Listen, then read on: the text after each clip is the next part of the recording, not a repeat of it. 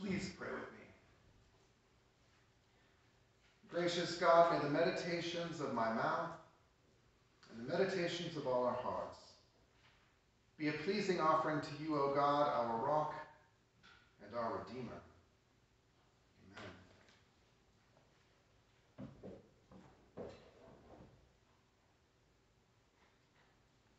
As I was reading this text, I was reminded of, the vivid imagery about fire and melting mountains and valleys split apart. That's pretty exciting.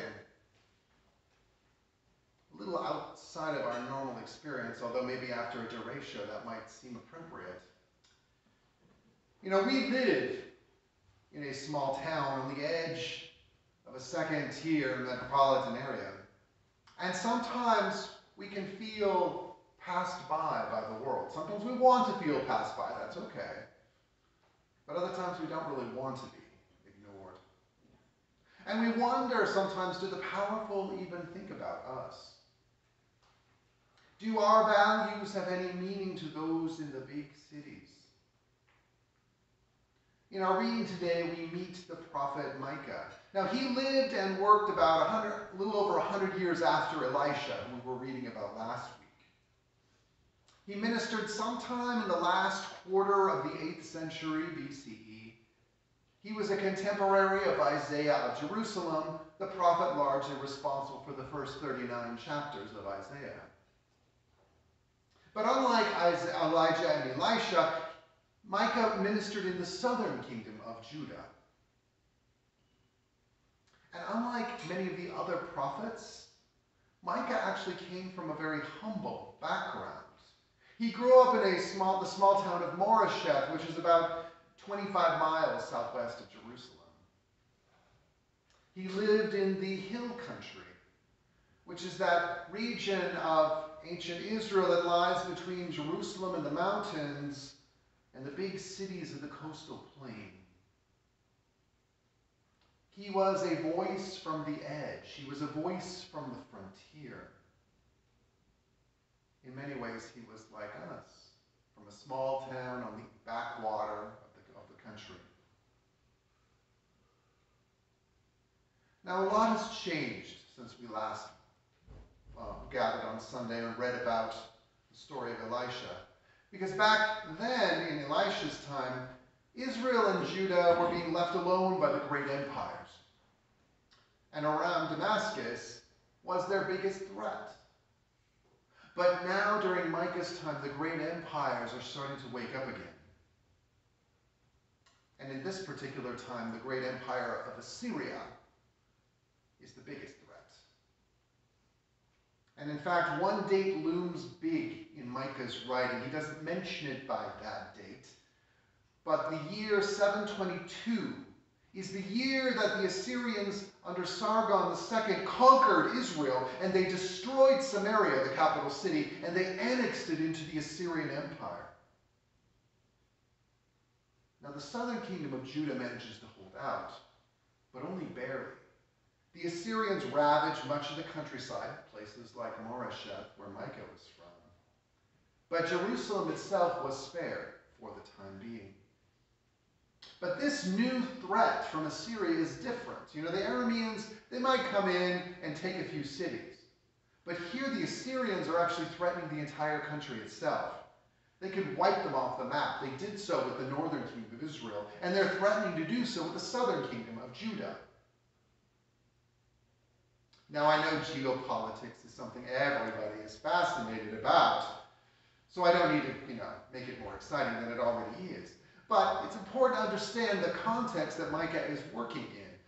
He's working in a time when his country is under serious threat of destruction from a neighboring superpower. It's a scary time. Despite what you might believe from reading the Bible, Israel was never a very powerful country. It was always a very vulnerable country, stuck between Mesopotamia and Egypt. And often that part of the world was being run over by one of those empires or the other. So their existence was always very tenuous, very vulnerable, and it threatened at any one time.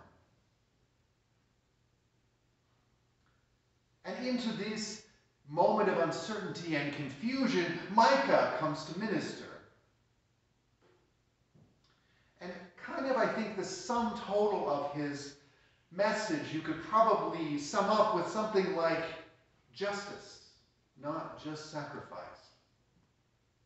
You see, Micah is pretty upset about what is going on in the Jerusalem of his day. He doesn't like what those people in the big city are doing. We might be able to relate to that a little bit. Micah feels that the little people are being ignored. He says that the powerful are doing whatever they feel like doing. And the religiosity of the day is focused on temple rituals, when religious life should be focused on righteousness and justice. Now, Micah is not against the temple, but he would really prefer a spirituality that is grounded in justice and righteousness. And in fact, today's reading provides a very concise summary of the entire Israelite prophetic tradition in the last verse that I read. And you've probably heard it before. He has told you, human one, what is good and what the Lord requires of you: to do justice, embrace faithful love, and walk humbly with your God. For the prophet Micah, that is how he understands our religious vocation. It isn't so much about going through the rituals in the temple. It is about living justly. It is about striving for righteousness. It is about embracing the faithful love of God and sharing that with others. Now, in Micah's book, it's a short book of about 7 chapters, and there are 2 collections of speeches in it. Both collections start with prophecies about punishment. Woohoo! We're all excited about that. And then they are followed by prophecies of salvation. Now, scholars have a field day with this. They don't really know. It's hard when it comes to biblical writers, because we know that, yes, there was this biblical writer named Micah, and we know that he clearly spoke some of these passages, but how much is originally from Micah? And how much was added later or tweaked later by subsequent editors? We don't really know. All we have is the book in its final form. Because some of the scholars think, well, no, I think Micah was all about judgment and the salvation stuff was added by a subsequent editor. Whereas others say, well, no, I think some of that was from both of him. Both of those were from him. So there's all a bunch of disagreements, and I really couldn't come up to a neat, consistent way of talking about that. So I just will mention that issue, but not go into any detail. Because in the end, what we really have is we have this book of 7 chapters. And its message is fairly clear in itself. Punishment for failing to live according to justice and righteousness, while at the same time acknowledging and looking forward to salvation from God. Prophecies about punishment followed by prophecies of salvation. I am reminded of one of the scholars that I will listen to on podcasts when I'm doing my preaching, and one of them will often point out that God has kind of 2 conflicting tendencies. On the one hand, God believes strongly in justice and hates injustice, but on the other hand, God is a God of mercy. And those 2 sides of God often are in conflict with each other. But in the end, God of mercy is what ends up winning out. But maybe just by a little smidge sometimes, because God is still a God of justice. But for us today, when we read Micah, the message that you probably heard as I was reading it, where he starts talking about Bethlehem of Ephrathah. Funny little side note, we have a town in Washington called Ephrata, which is, of course, named after this. But anyway, I know you're all excited to hear about that. But out of this little backwater town of Bethlehem will come some future ruler. Now, Micah doesn't go into too much detail about that future ruler, But he does talk about how this is a new kind of ruler. This is a ruler who won't be like the kings in Jerusalem or the kings in Samaria that led the people to complete destruction.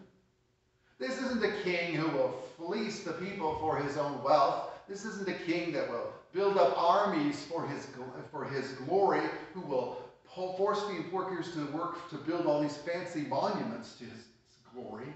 This is not the kind of ruler that this will be. This will be a shepherd who will guide and protect the people. This is a ruler who will govern with righteousness and justice, that won't rule with self-interest but the common welfare. This is a ruler who will make sure that the most vulnerable are cared for. Hint, hint, we're moving closer and closer to Advent. I'll let you fill in the blanks as to where that might be going. So what is the lesson for us today? A lot of interesting, and perhaps not so much interesting, information about the prophet Micah. Well, I think for us, the most important thing for us to realize is that worship is well and good. There is nothing wrong with worship. But God prefers that we live righteously and that we work for justice. We all know people who just live their normal lives like everybody else, but then they come on Sunday and they act very good and pious, but then they go home and they're just like everybody else again. And maybe sometimes we fall into that trap ourselves. It's very seductive. Well, I go to church on Sunday. That means I'm good. Yeah, but how are you doing with the whole righteousness and justice thing? That's a harder question to ask. As I mentioned a few weeks ago, God does forgive us. God is gracious, and that forgiveness is unlimited. But at the same time, God doesn't magically erase the consequences of our actions. People can be badly hurt by what we do, or by what we fail to do. So that's one of the reasons we strive for righteousness and justice. Another reason that we strive for righteousness and justice, as our Heidelberg Catechism would remind us, is out of gratitude for what God has done. We acknowledge all of the wonderful and amazing things that God has brought into our lives, and out of that gratitude we return with love and righteousness and justice for others. And that's what we push for, that's what we strive for. But at the same time, we're not going to succeed with that all the time. There will come a time when we're going to fail. And those are those times of grace. Those are those times of salvation, recognizing that God still has our backs even when we fail. And that, I think, is perhaps the most important message, is that God has our backs even when we fail. We look around as small-town folk, and we can relate very readily to Micah's message. We know what it's like to see what's happening and be very concerned. We know what it's like to wonder whether the powerful ever think about us or worry about what's really right and wrong. We may have seen people go through the motions, but not really living their faith out in the way that God would have us live. So we know something about what it's like to be Micah. But the other thing we also know about is that God is calling us to that life of righteousness and justice. But in those moments when we don't succeed, God still has our back. And there is always